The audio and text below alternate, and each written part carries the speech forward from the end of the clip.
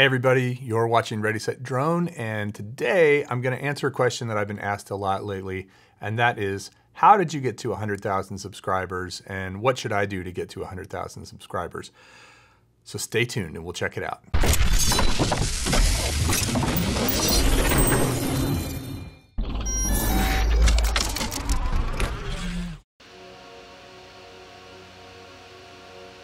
Gotta get it. Oh my goodness. Look at that. That's awesome. Thank you, everyone. So I'm gonna start by saying thank you to all the people who helped me get to 100,000 subscribers. It's a big milestone and I'm very excited about it. I am gonna tell you what worked for me and what I think will work for most channels if you follow these things. It is very hard to get to 1,000 subscribers. It's a little easier to get to 10,000 and even easier actually to get to 100,000. So if you're struggling with that first 1,000 or that first 10,000, let me tell you, that's the hard part. Once you get there, you get momentum, you learn what works and you repeat it. That's really where it gets to be fun. And I'm hoping that 200,000 comes much quicker than 100,000 did, but we'll see. Anyway, I've got a list here and I'm gonna go through them. First thing that I think is very, very important, and I'm doing these kind of in order of importance, the first one being the most important, and that is, I think you've got to start with education. So in my opinion, there's 4 things you can do with video. You can educate, entertain, inspire, or persuade. Entertaining and inspiring is great, but that's something you have to have a reputation for doing. And if you don't already have a following, it's really hard to get people to watch an entertainment or an inspirational channel. Persuasion is also that kind of thing that you do, but you usually do that for, say, selling a product or for convincing someone to vote for somebody else. That's kind of a niche thing. I would say that education is the #1 thing you can do. And what do I mean by education? I'm not talking about teaching people math. I'm talking about teaching people how to do something, or reviewing something, or teaching them something that maybe they could fix on their own that they might not realize they can because it's so simple. What do you use YouTube for? Do you go there and search for how do I unclog my drain, or how do I change an alternator in my car, or how do I reset my iPad when I've lost the code? Of course you do. Everybody does, right? Or most people do these days.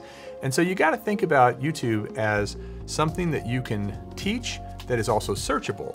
And that leads me to the second point, and that is you really have to treat YouTube as a search engine.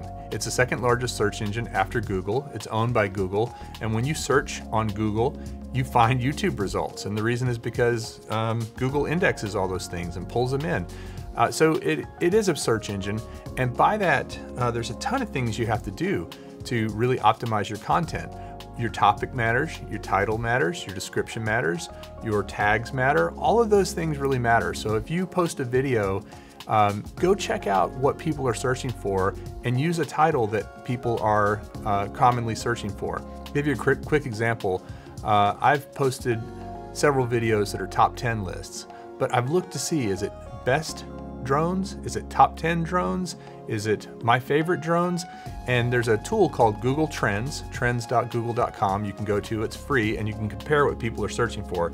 Try to find the title that is a good descriptor of your video, but also is very searchable and people are searching for, and you'll do a lot better. Same things with your keywords, same things with your descriptions. And by the way, fill in those descriptions on your videos. Don't leave them blank. Don't just put, this is a video about drones. That's not gonna fly. You need to put in a lot more detail with a lot more searchable content, because all of that text gets indexed and crawled by Google, and it finds it and it says, okay, they're looking for this specific thing about this specific drone.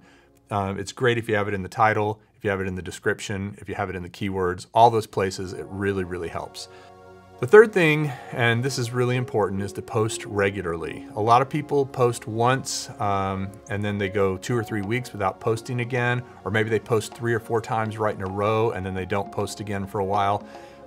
Google rewards you if you post on a regular basis at fairly short intervals. And by that, I mean once a week minimum. If you're gonna really grow your YouTube channel, I recommend trying to put at least 1 video a week out. If you can start putting out 2 or 3 videos a week, that's even better. But I will say, if you have 2 or 3 videos that you've completed and you're not planning to do another one for a while, put them out once a week and get that whole 3 weeks out of it versus putting them all out in the first week and then going 2 weeks without putting anything out. Posting regularly is huge. It gets you ranked higher in the recommended column. It makes Google know that you're a serious channel that's putting out regular content. And it also helps with your subscribers and your viewers. They know that they can count on content coming out from you on a regular basis and not just haphazardly once every month or so. So post regularly. The next thing is to cut out the boring stuff and really be your own critic when you're editing.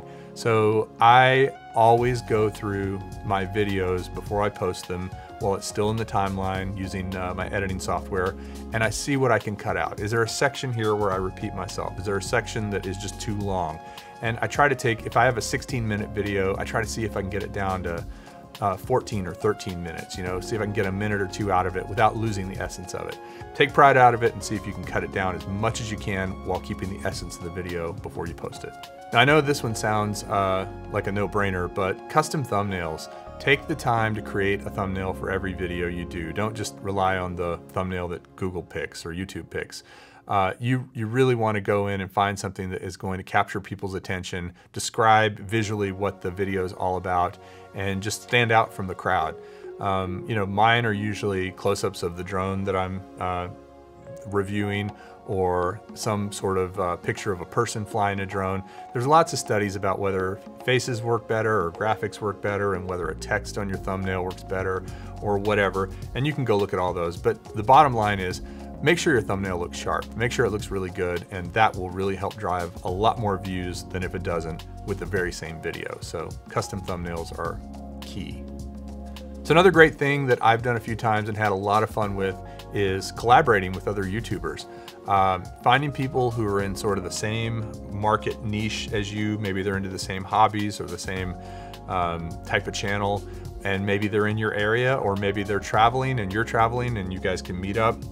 But doing collaborations is a really, really fantastic way to go. I've got a link here to a collaboration. One of the first ones I did with Ken Heron, and it was a ton of fun. I got to know the guy, and while that video itself didn't really, you know, explode the internet or anything, it did very much teach me that collaboration is a lot of fun, and we've built a great relationship since then and have done a lot of things together and have been on his show and he's been on my show, and so it's been really fun to work together on that collaboration. You can also learn new tips and tricks and techniques, but the big thing is if you can find another collaborator or another YouTuber who has an audience of a substantial size that might be interested in your content, and they can push viewers and subscribers to you and vice versa, it's a win-win.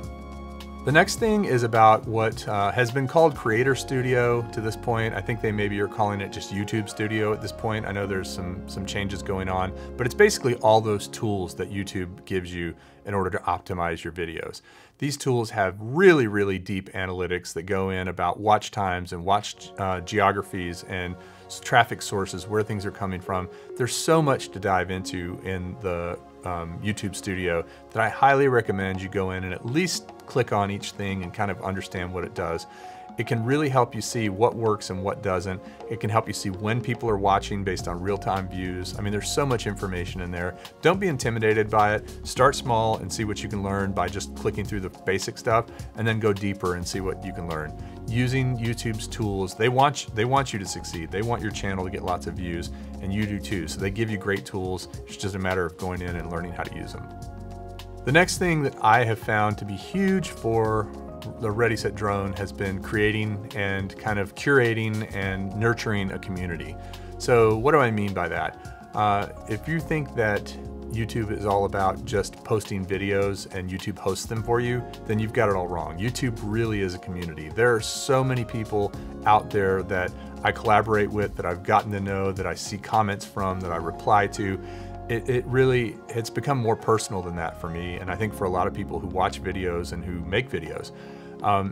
And what can you do on that? Well, first of all, pay attention to the chat, pay attention to the comments, pay attention to what people are saying, pay attention to what other YouTubers are doing, and get in and just participate through all of those things that you can interact with other people in. It's really, there's lots of tools in there, and particularly the comments. You know, I find that every morning I wake up when I can and I have time, I sit down and I read comments and I reply to as many of them as I can. And it makes me feel good when I can answer somebody's question, or when I can just read a positive comment and reply to it, or read a negative comment and reply to it. It's just it's a great thing to do, and it really makes people understand that you're paying as much attention as they are. So help build that community, especially by replying to comments. So the next thing I think has really helped my channel has been authenticity. And what do I mean by authenticity? Well, I'll admit, I don't always have the best production value. Sometimes I have my son helping with the camera, and especially when he was younger, it was kind of all over the place. Sometimes something's a little out of focus. Sometimes I might miss a point or misspeak on something. All of that stuff is area and opportunity for improvement, but the reality is that it's all me. It's all very sincere, and it's all from the heart, doing something that I love doing. And I think that's what comes across. That's that authenticity is, hey, this is a real person doing real things and making real reviews about products or teaching something. Ultimately, that's what people really want, right? You can be all kinds of slick production value, but if you come across as fake or if you come across as corporate, I don't know that people are going to want to watch as much as they are somebody that they can relate to. So that authenticity is really key. And authenticity is different for everybody. I mean, for me, it really is about just kind of getting videos out there, trying to be sincere, trying to answer questions, and not worrying too much about all the fancy stuff. I have tried to up my production level over the years, and I feel like it's gotten better and better with better equipment and better shooting techniques and better editing, but ultimately it's the authenticity that really matters. So don't worry about fancy cameras, don't worry about fancy equipment when you're starting. Be authentic and connect with people, and you'll go pretty far. So my final tip is, and it's funny because sometimes I think I take this really seriously, but it's to have fun. The ultimate goal of all this is to have fun, and it shows on camera when you're having fun. It shows when you enjoy what you're doing. It shows when you care what the audience thinks and that you're trying to put something out there that is of value to them. So having fun and really letting that show through on the videos is so important. You can't fake that. You can't fake that enthusiasm. And if that comes through in the videos, that's gonna be the hook that brings people in and makes them wanna make you a part of their daily life and check out your channel and view your next video when they get an alert and all that kind of stuff. So if you're not having fun, you're probably not doing it right? I mean, this isn't a thing that you should be doing just for money. This isn't a thing you should be doing for fame. This is something you should do to fulfill something inside yourself that gives you satisfaction. And that in itself is going to help with all those other things, especially the authenticity. So make sure you're having fun and keep up the good work, because eventually, if you are having fun and you're sticking to all these items, your channel's gonna grow. As I said, Casey Neistat made a video recently about getting to 10 million subscribers. And he said getting to 10 million was actually easier than getting to 1 million. And getting to 1 million was easier than getting to 100,000. I'm encouraged by that because I just crossed 100,000 and it wasn't easy, but it feels like there's momentum and it's getting better and better. So thank you all for watching. Thank you all for subscribing. I'd love your comments below on what you think about these tips for getting to 100,000 views. And oh, by the way, I did do a collaboration with another channel called Busy Lab. It's a couple of ladies that I work with, and they are fantastic. They're doing videos about how to win at business, especially for young people who maybe haven't been in the business world before. And we did a video about common mistakes that small YouTube channels make. So if you want to learn more, you can go check them out. I'll put the link up above. And if you want to learn more about drones and YouTube and RC stuff, please subscribe to Ready Set Drone. We'll see you next time. Thanks for watching.